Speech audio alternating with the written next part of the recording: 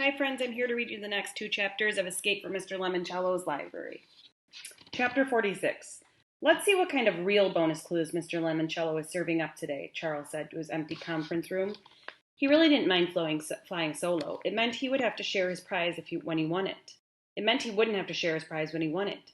Winner won all and losers lost all. That's just the way the world rolled. And Charles knew he would win. After all, he was a Chiltington. They never lost. Even if he had wasted his question about the mixed-up files book. It turned out that Mr. Lemoncello was just a sentimental sap like Kyle Keeley.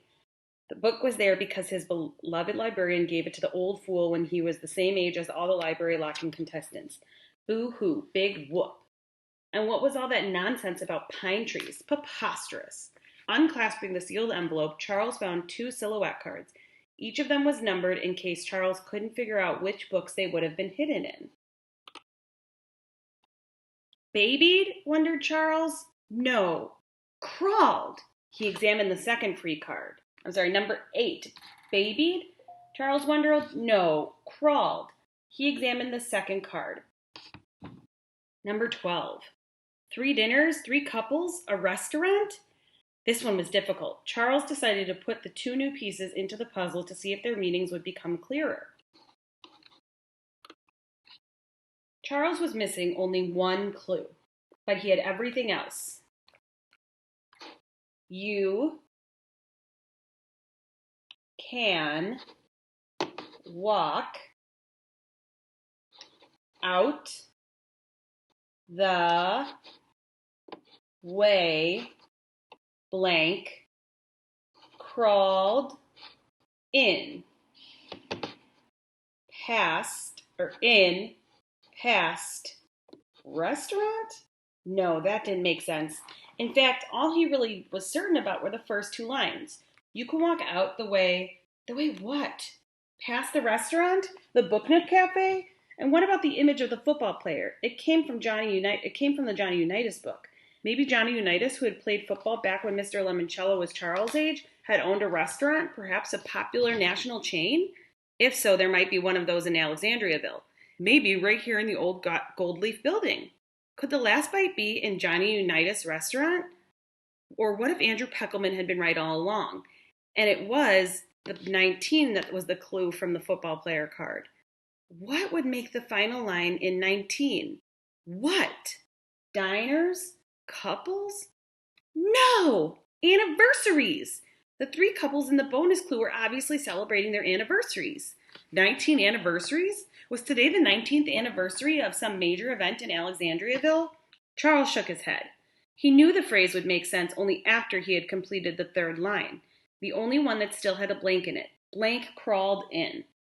What if the missing image is an eyeball? Then the 3rd line could be, I crawled in. Hang on, Charles thought. The one book in the staff picks display case that nobody had found yet was True Crime, Ohio, the Buckeye State's most notorious brigands, burglars, and bandits, by Claire Taylor Winters. The last image was going to be a criminal of some sort. That one single missing book might tell Charles who had crawled into the bank and, more importantly, where they had crawled in. Was this the 19th anniversary of a famous bank robbery? Charles had realized he needed help. It was time to use his Ask an Expert.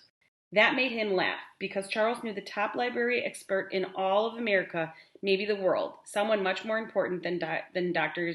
Yanina Zinchenko. Kyle Keeley and the rest of that bunch didn't stand a chance. Chapter 47. Eager to find out all that he could in the final minutes before the Dewey Decimal doors reopened on the 2nd floor, Kyle listened as Haley Daly detailed everything she had learned on Team Charles. Meanwhile, Akimi added Andrew and Haley's library cards to the list on the whiteboards in the community meeting room B. We were piecing together a picture puzzle, said Haley. It was one like a memory match game, or that old TV show Concentration. We played one of those too, said Miguel, a rebus. Right, so far I'm pretty sure it says something like, you walk out of the way the bandits crawled in. Thou shalt not steal, said Kyle, tapping on the Bible verse that they had found in the 200s room. That points to bandits too. And the blackbird, said Sierra. It wailed like a police siren. Chasing bandits! Hang on, said Miguel. What about Willy Wonka? Were there crimes in the chocolate factory? No, said Sierra. And what about all this? Said Akimi, pointing at the list of library cards. I added the new cards, but it still doesn't make much sense. Books/authors on the backs of the library cards. Number 1, Miguel Fernandez. Incident at Hawks Hill by Alan W. Eckert. No David by David Shannon. Number 2, Akimi Hughes. One Fish, Two Fish, Red Fish, Blue Fish by Dr. Seuss / 9 Stories by J.D. Salinger.